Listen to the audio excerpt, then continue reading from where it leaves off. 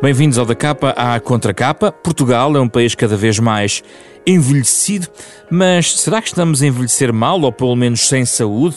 Ora, basta encontrar uma pílula de juventude e o problema resolve-se? Onde é que entra aqui a genética e que papel têm também os nossos comportamentos? Para falar destes temas, no Da Capa à Contracapa, convidamos para estar connosco Elsa Lugarinho, investigadora em genética do envelhecimento do Instituto de Investigação e Inovação em Saúde, e Constança Paul, professora catedrática de Psicologia no Instituto de Ciências Biomédicas Abel Salazar, ambas no Porto, para esta conversa, nesta parceria da Renascença com a Fundação Francisco Manuel dos Santos, depois da conferência Genética, Stress Crónico e Envelhecimento, que no último dia 11 marcou o mês da Ciência e Educação da Fundação Francisco Manuel dos Santos. Vai ser uma conversa muito interessante.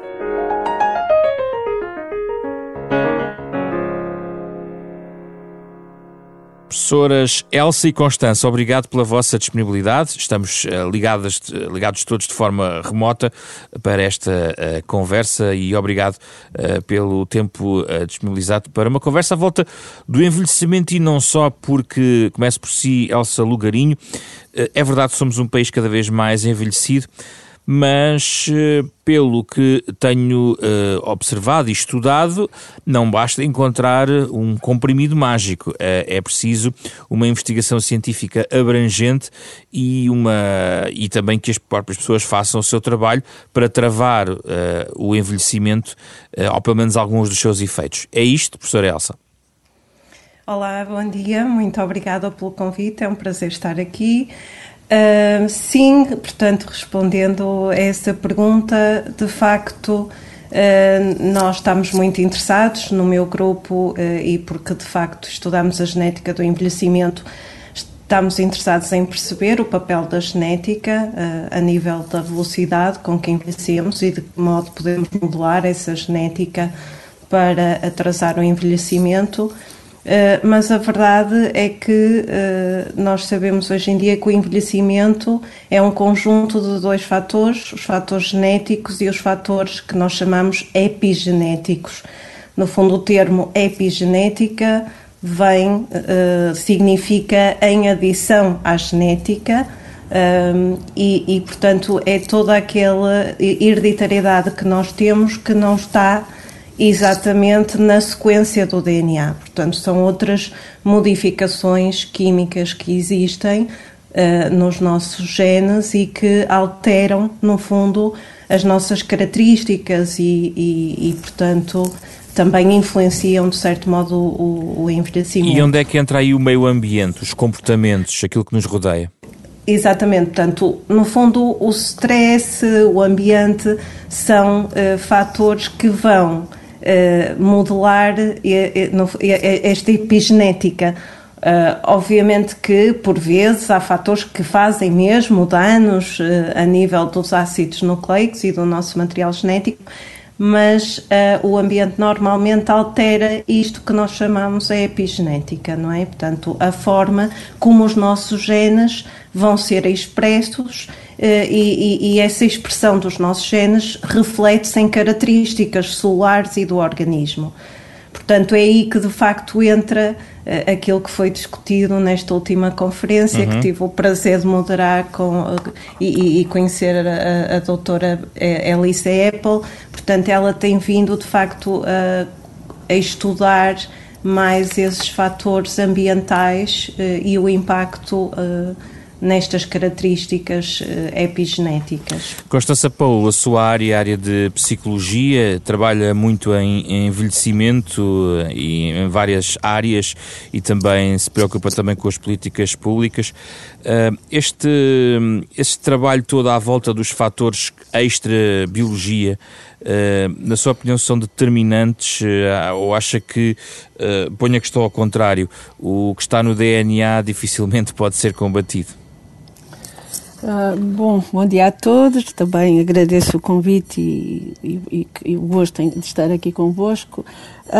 Esta discussão que eu aceitei de imediato, porque me tem ocupado de facto toda a minha carreira profissional, porque sou uma psicóloga a ensinar num contexto de um curso de medicina. E, portanto, este diálogo foi o diálogo da minha vida, foi exatamente sempre discutir as questões da genética versus do comportamento. Obviamente que por vezes é muito difícil, por vezes não tem sido fácil, porque ainda há muita falta de conhecimento mútuo destas duas áreas, que são obviamente fundamentais. E o que eu lhe diria era, logo para começar, eu peguei aqui num livro por onde eu comecei a estudar essas coisas mais da biologia, porque precisamente no contexto em que estou eu tenho que ter atenção à biologia do envelhecimento e aos aspectos genéticos. E eu lembrava-me, é um livro já de 2000, do Kirkwood, que é da biologia do envelhecimento, e o título, curiosamente, é Acaso, Desenvolvimento e Envelhecimento. E ele põe na capa, a capa é muito curiosa, é uma capa lisa, que tem precisamente o ambiente, os genes e o acaso, a sorte. E eu preciso começar por essa provocação, que ainda temos que lidar com esse outro fato. Que é a sorte. Que é a sorte, que é o acaso. Este autor, que é de Newcastle, que tem trabalhado muito na área da biologia do envelhecimento, também trabalha com os tais nematodos, com as tais minhoquinhas que fazem esses estudos por vezes, e que também foi falada nessa conferência em que eu depois, entretanto, assisti. E ele foca precisamente um meio altamente controlado, um meio genético também muito simples, desses animais, e depois, mesmo assim, a longevidade variava, não é? Em função, sabe-se lá de quê, eventualmente... Mas não tem a ver com a própria nossa capacidade biológica de também resistirmos e lidarmos com esse acaso, ou seja, aquela palavra nova que está agora aí na moda, que é a resiliência, não é? Provavelmente. Mas isso tudo são obviamente questões de comportamento.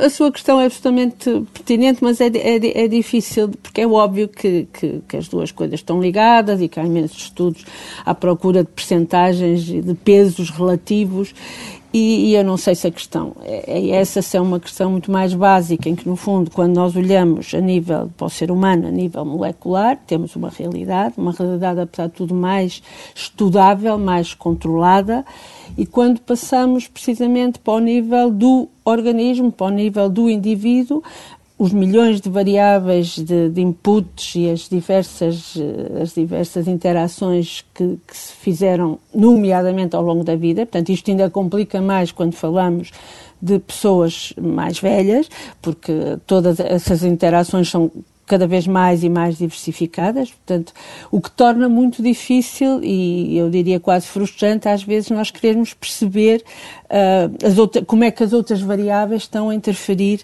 nos resultados do envelhecimento. E fazemos estudos altamente complexos, que só com o potencial de computacional de tratamento de dados e de modelos matemáticos se consegue utilizar, e chegamos a maior parte das vezes a frustrantes 40% de variação explicada, de variância explicada, ou seja... É mais o que não sabemos, não é? Exatamente. O que, claro, quando a gente fala eu às vezes explico isto aos meus estudantes, que é precisamente ninguém passaria uma ponte que tivesse 99% de probabilidade de cair, porque achávamos péssimo, não é? E, no entanto, nós estamos a trabalhar com explicações que rondam pouco mais que quando muitos chegam aos 50%, o que é um bocado tonto, e pouco mais. Portanto, nós temos uma quantidade tão grande uma multiplicidade tão grande de variáveis, que depois ao longo da vida são ainda mais, e portanto daí a expressão genética ser maior na fase inicial do envelhecimento do que na fase tardia. Deixa-me aqui voltar a Elsa Lugarinho. Eu sei que estou aqui a forçar um pouco o encontro, mas ele existe, de facto, entre estas duas realidades. Mas eu tinha uma dúvida que, apesar de tudo, apesar desta incerteza que temos ainda, a verdade é que estamos cada vez mais próximos, quer dizer, sabemos cada vez mais, a ciência e a sua investigação também, Elsa Lugarinho, vai nesse sentido. Hoje em dia sabe mais do que há 10 anos sobre esta matéria. A minha questão é, mas a sua investigação dá pistas sobre o que temos que fazer quando somos adultos, jovens adultos, meia-idade, ou exclui aqueles que são mais velhos, porque queremos travar o envelhecimento, mas estas terapias são sobretudo para aplicar antes de lá chegarmos, ou não? Há também terapias que sejam aplicáveis a este grupo etário mais avançado? Uhum. Pronto, eu antes de mais, e pegando um pouco também no que estava a falar a professora Constança, eu acho que hoje em dia, de facto, nós já temos, evoluímos bastante naquilo que já se percebe sobre o envelhecimento, ou seja, nós já começamos a ter, de facto, muitas respostas a por que envelhecemos. E, portanto, isso torna-nos muito capazes de pensar em estratégias, de facto, de modelar e de atrasar este envelhecimento. E aqui eu acho que há uma questão, portanto, de facto, é muito difícil estar a separar a genética do comportamento ou da epigenética, porque, de facto, elas estão inteiramente interligadas, ou seja, o que é o nosso comportamento é determinado geneticamente e também o nosso comportamento vai alterar, de facto, a nossa genética. Portanto, daí que seja impossível quase a dissociação. Incluindo agora, aquela questão da resiliência face ao acaso? Incluindo, por exemplo, a resiliência, mas, de facto, nós, portanto, e isto pegando um bocado que estava a dizer, até que ponto as estratégias de anti-envelhecimento começam numa idade específica, Sim. numa faixa etária específica. As estratégias de anti-envelhecimento deveriam nascer deveriam surgir logo durante o nosso desenvolvimento embrionário. Não sei se me compreende, porque no fundo o comportamento dos nossos pais vai estar refletido na epigenética que eles nos transmitem e portanto, uma mas, professora, saudável... é uma fatalidade genética? Ou seja, o que é que podemos mudar? Não é, não. Exato. Portanto, há de facto uma fatalidade genética, se assim o quiser dizer, mas nós ainda somos donos, de facto, de reverter essa hereditariedade que temos em termos epigenéticos. E de facto há agora medidas, portanto nesse aspecto eu acho que a biologia evoluiu consideravelmente em medição. No fundo, nós neste momento, se quisermos, podemos determinar a nossa idade biológica, ou seja, não o número de anos cronológicos, não é? Mas sim o que é que eles representam em termos de biologia, não é? Porque uma pessoa pode ter 40 anos, mas na verdade biologicamente ter 30, não é? Uhum. E portanto há marcadores nas nossas células que neste momento nos dão uma medição muito aproximada do que é a nossa idade biológica. E por isso é que agora os estudos comportamentais, que pareciam sempre de facto uma área menos exata em termos de impacto no envelhecimento, não é? É muito difícil medir-se comportamentos, mas neste momento, com esse cruzamento entre, de facto, estudos comportamentais e a medição a nível de marcadores biológicos, e estou a falar do que é conhecido por o relógio epigenético, que são marcas de metilação no DNA, e também o comprimento dos telómeros, aquelas extremidades dos nossos cromossomas, conseguimos agora fazer esse tipo de experiências em que de facto há uma modulação de comportamento e vemos como é que aquilo se reflete na idade biológica.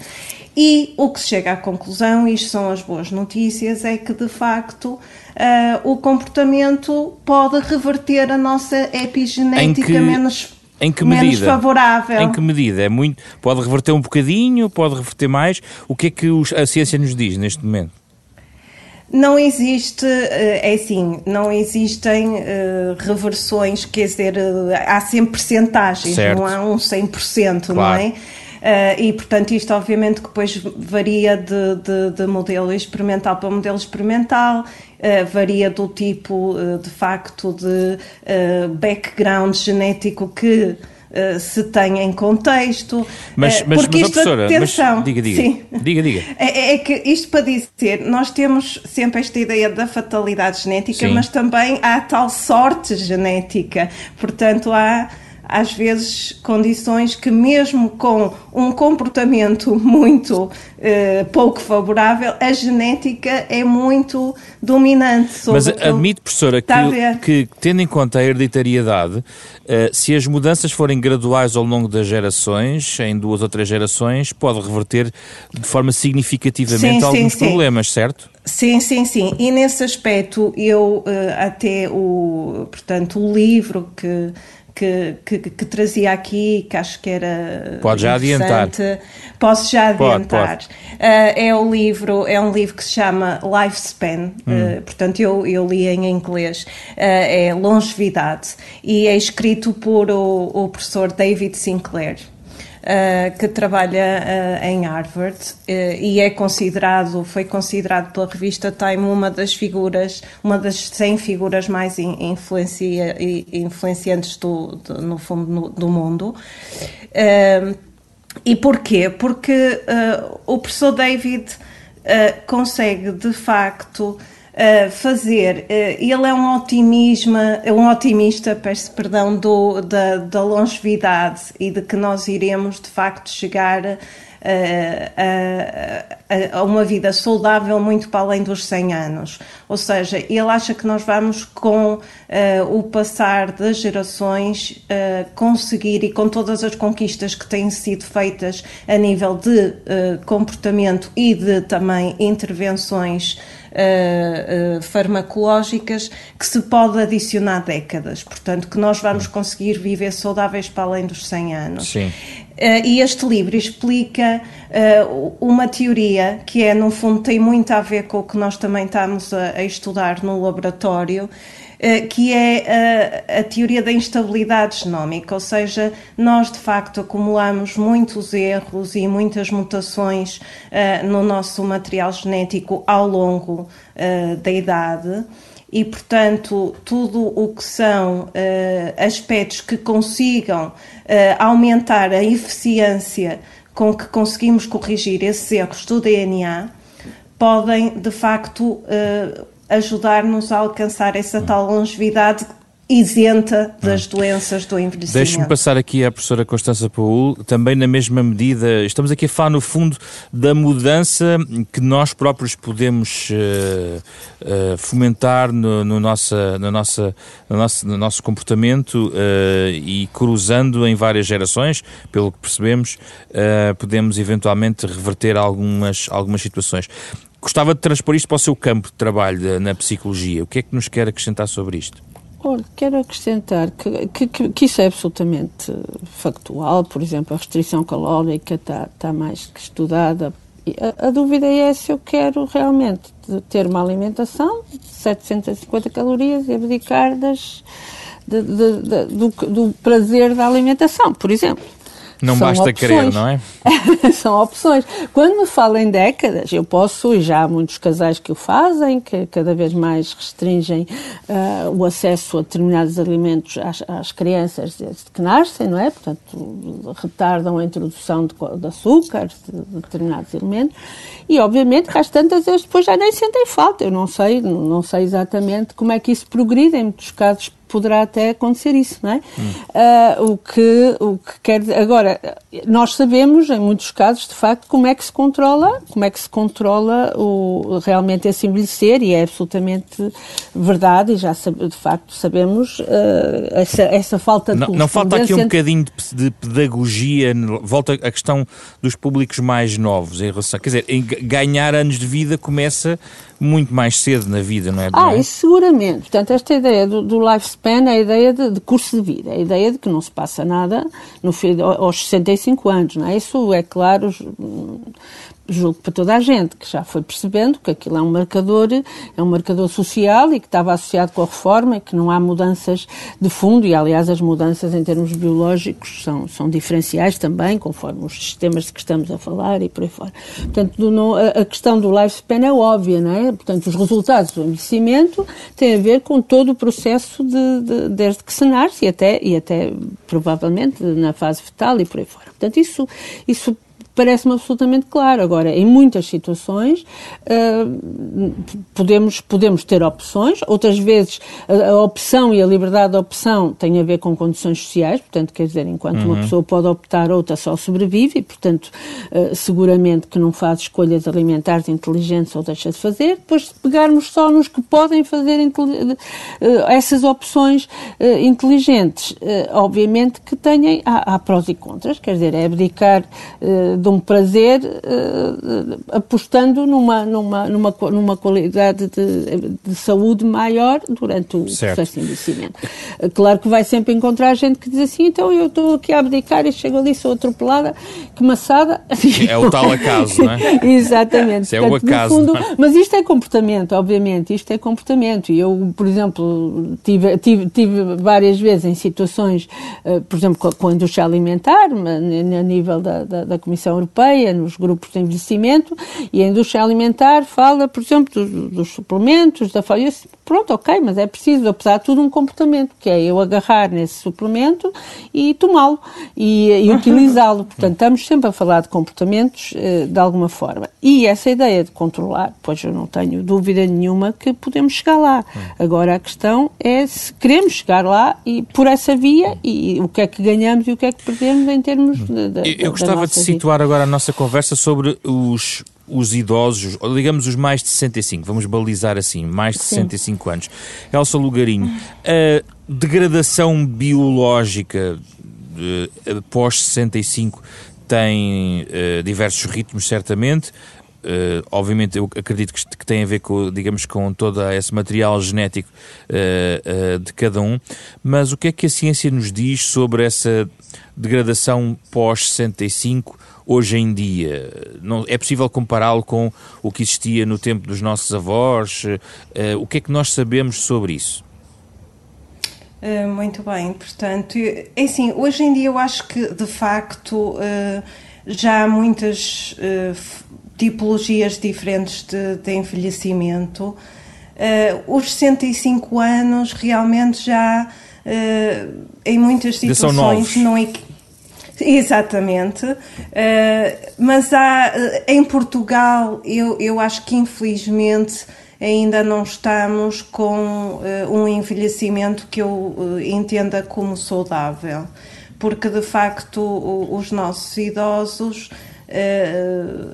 têm ainda muitas comorbilidades, perda de mobilidade e muitas doenças, de facto, do envelhecimento. Portanto, nesse sentido, não acho que somos uma sociedade, de facto, muito envelhecida, mas não acho que ainda estejamos numa fase de um envelhecimento ativo e saudável.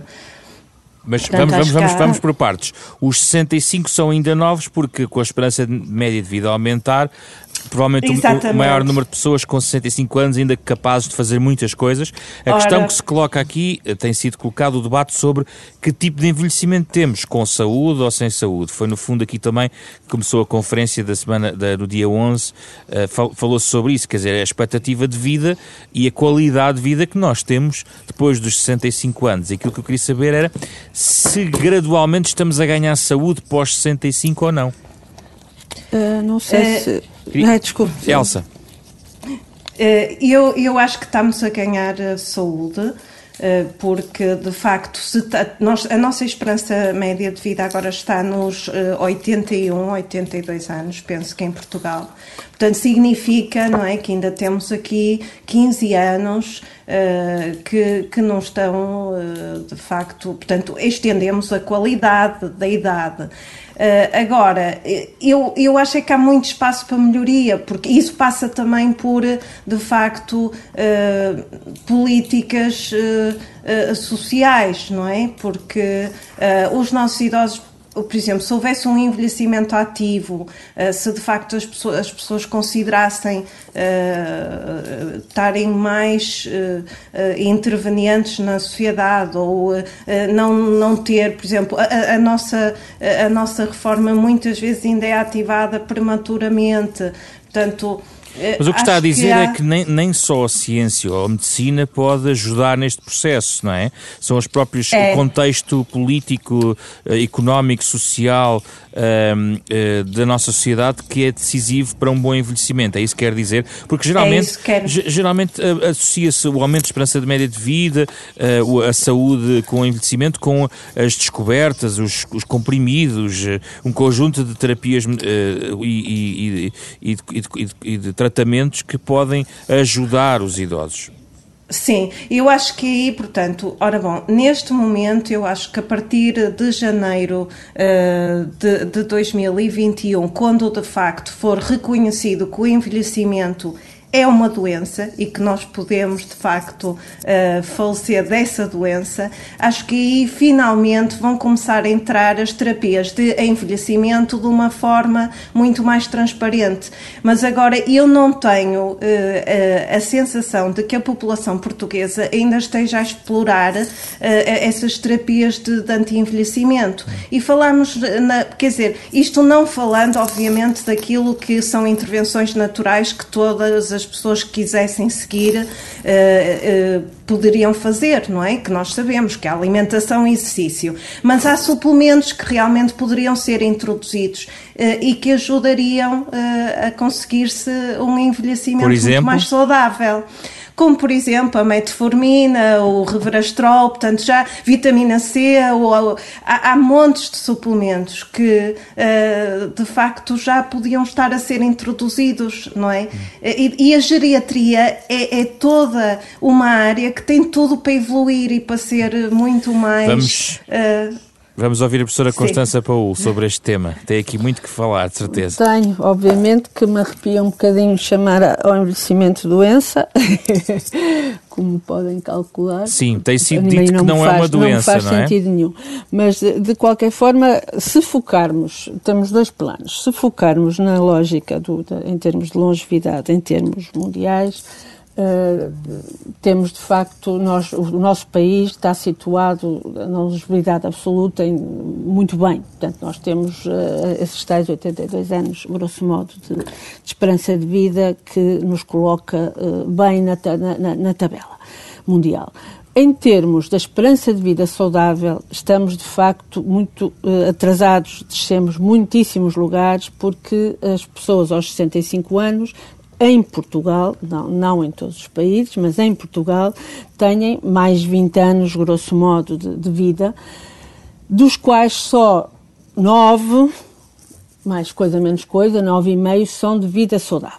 Ou seja, nós temos esse gap, esse diferencial entre a longevidade absoluta, portanto a esperança de vida, e a esperança de vida saudável. Portanto, há aí um grande trabalho a fazer, precisamente para, como disse a professora Elsa, em termos de recuperar a saúde para esses anos que já ganhamos em termos de longevidade, não é? Portanto, isso diferencia-nos de outros países, por exemplo, enquanto que nos países nórdicos, esses anos de esperança de vida aos 65, já são para aí 16 anos de vida saudável, e nós temos quase metade de vida saudável desses que ganhamos em termos de tempo útil. Em termos de reverter o envelhecimento, eu obviamente que sou absolutamente favorável a um envelhecimento saudável, não é? Creio que aí estamos todos de acordo. Sim. Que ter muitos anos e ter uma vida sem motivação, cheia de doença, eventualmente sofrimento e tudo coisas negativas. Mas não estamos ainda nessa fase, pois não? Nós temos estes tais, essa tal diferencial, que é um assunto que nós temos que resolver, digamos, e que é específico, não só do nosso país, mas do nosso país é muito, muito, muito evidente. Portanto, esse ganho que tem que ser feito de qualidade e de saúde em relação aos ganhos que foram feitos em termos de tempo de vida. Isso parece... Mas as ferramentas serão quais? As ferramentas são as ferramentas conhecidas, pronto, para além dos suplementos de que obviamente não é da minha área, certo, mas que conheço e que se conhece a sua existência e a sua eficácia. A questão é coisas que também já se sabem, como eu falei da restrição calórica, da alimentação, portanto, a qualidade da nutrição. Obviamente, a ideia do exercício físico parece também muito clara do ponto de vista de efeitos a esse nível. De qualquer forma, temos, por exemplo, uma coisa que não se sabe ainda e que eu devia saber responder e não sei, infelizmente não é ignorância minha, que é, por exemplo, já não o exercício físico, que é muito mais, neste momento é muito mais fácil dizer-lhe o tipo de exercícios físicos de resistência, ou aeróbicos, ou o que seja, que tenha efeito e quanto tempo deviam ser praticados para se observar algum efeito e por aí fora, assim como se sabe a quantidade de calorias que devia ser ingerida e por aí fora, sabe-se menos, por exemplo, em termos da parte cognitiva. Há imensos programas, exatamente, os estímulos, há imensos programas, mas eu, por exemplo, precisaria de poder responder-vos que deviam as pessoas ter, suponha, 3 horas de leitura por semana. Essa ou por parte dia, está menos estudada ou há menos resultados? É muito mais complexa e complicada de verificar, nomeadamente os equivalentes. Portanto, há também uma série de exercícios, muitos deles que não são direcionados globalmente para a estimulação cognitiva, quando a estimulação cognitiva são montes de coisas, não é? Atenção, memória, toda uma série de particularidades, tipos de memória. Portanto, a maior parte do que está no mercado é muito genérico, não dirigido e, fundamentalmente, não sabemos os equivalentes em termos de outras práticas que não seja um exercício estruturado. Ou seja, cognitivo. Falta aqui ainda a área das neurociências para acelerar sabermos, este por exemplo, processo, o equivalente. Quer dizer, eu passar meia hora a fazer exercícios de atenção ou de memória no meu computador e o equivalente disso em ver televisão ou em discutir um filme ou ir ao cinema, que por exemplo, na parte física já sabemos, de alguma forma, que temos com as máquinas estes tempos e estes exercícios, sabemos o equivalente em marcha, sabemos o equivalente em termos de exercícios do dia-a-dia e, portanto, sabe-se muito mais do que em termos cognitivos. E o que é que há políticas públicas que podem ajudar isto ou é uma questão de comportamentos de grupos sociais específicos? É sempre as duas coisas, porque o que se pede às políticas públicas é que criem ambientes em que isto seja execuível. Não é? Em que, no fundo, quando uma autarquia cria um parque que possa ter até instrumentos de equipamentos para exercício físico, é uma política pública que facilita, porque se eu não tiver acesso a isso, não tenho. Depois há a responsabilidade individual, a literacia para a saúde, a educação para a saúde, que é fundamental, obviamente que vai interferir no resultado desse envelhecimento.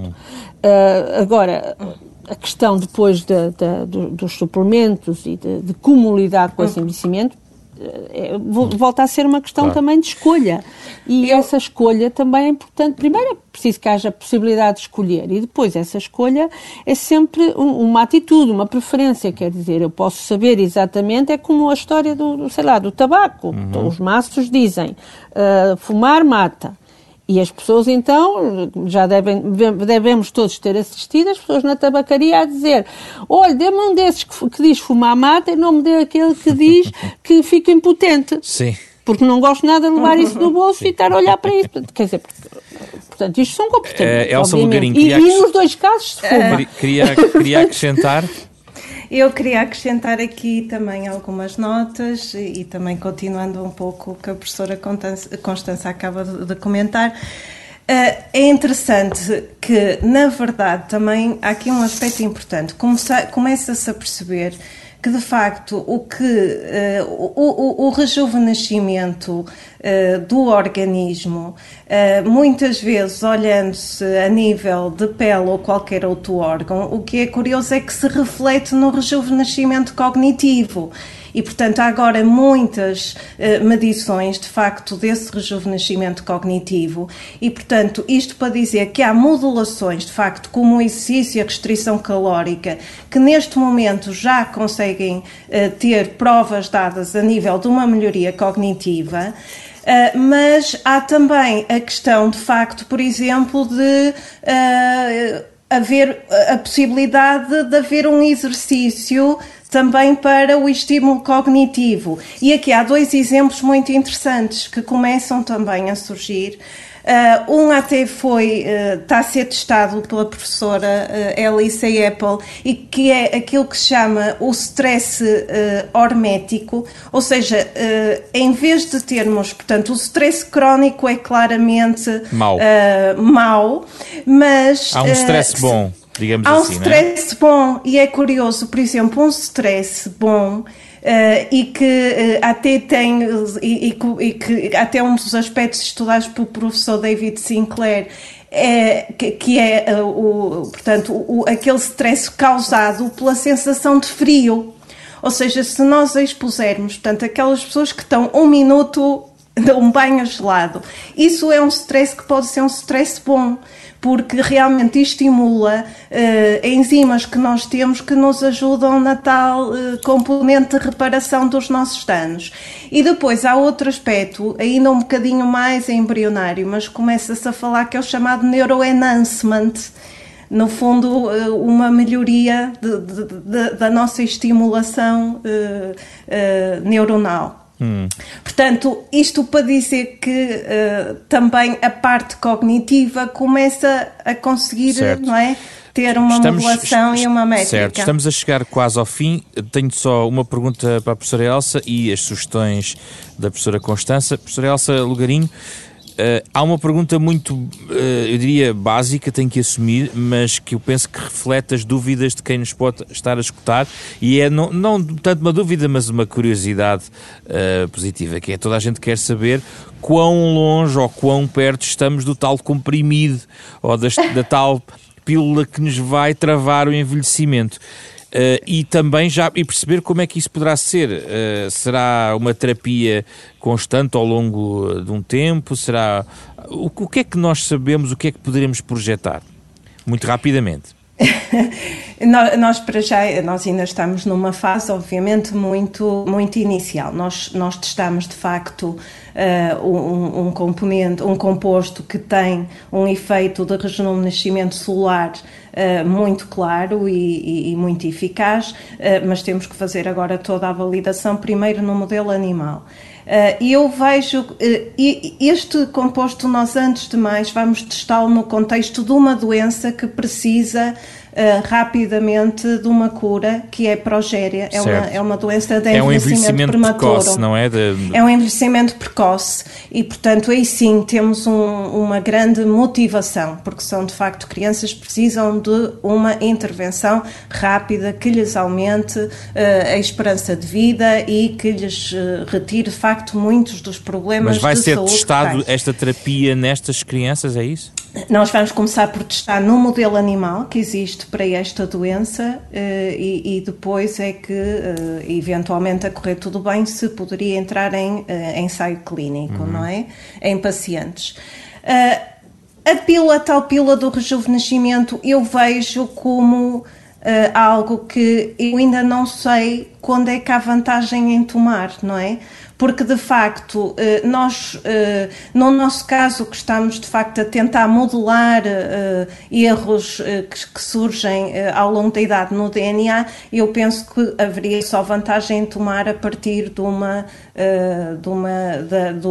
da idade média, não é? A partir dos 50 anos, digamos. E o que é digamos. que faz? Trava os efeitos do envelhecimento? Trava. Portanto, nós estamos a modelar, no fundo, o envelhecimento celular em várias das suas componentes. Estamos aí, de facto, a uma causa muito primária do envelhecimento celular, que é as tais quebras no material genético, e estamos a dar uma ajuda para se conseguir reparar essas quebras. E isto reflete-se numa série de aspectos, nomeadamente a epigenética. Portanto, nós já sabemos que, de facto, ao corrigir estes erros, toda a epigenética fica rejuvenescida nestas células que tratamos com o composto.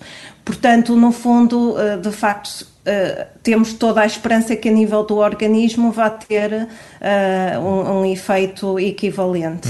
Muito bem, professora Elsa, obrigado. Restam as sugestões da professora Constança Paul. Penso que tem um filme, não é? Sim, a ideia era falar um bocadinho de um filme que vai quase em contraciclo com este final, mas que de qualquer forma acho que faz sentido, que é o Amour, do Michael Haneke, que é austríaco e que foi palmador em 2012 e que fala de um casal nos seus 80 anos, que é um casal que vive bem, de pessoas ligadas à música, de professores de música, e em que a senhora teve um derrame cerebral e ficou hemiparésica e, portanto, teve com dificuldades, inclusive, de comunicação e de movimentação.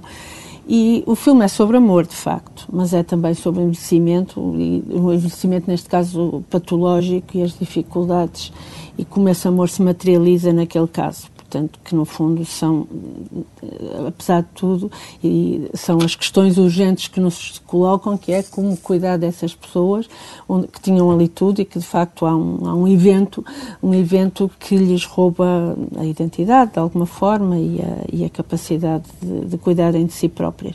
E que nos obriga a pensar, mais uma vez, e aqui volta ao tal imponderável, que no fundo, aparentemente, têm tudo para como acontece em muitos casos, têm tudo mesmo do ponto de vista quer material, quer do ponto de vista até de estilo de vida, para terem um envelhecimento ótimo, e de facto tudo isso muda, não acontece, não é? de repente tudo muda.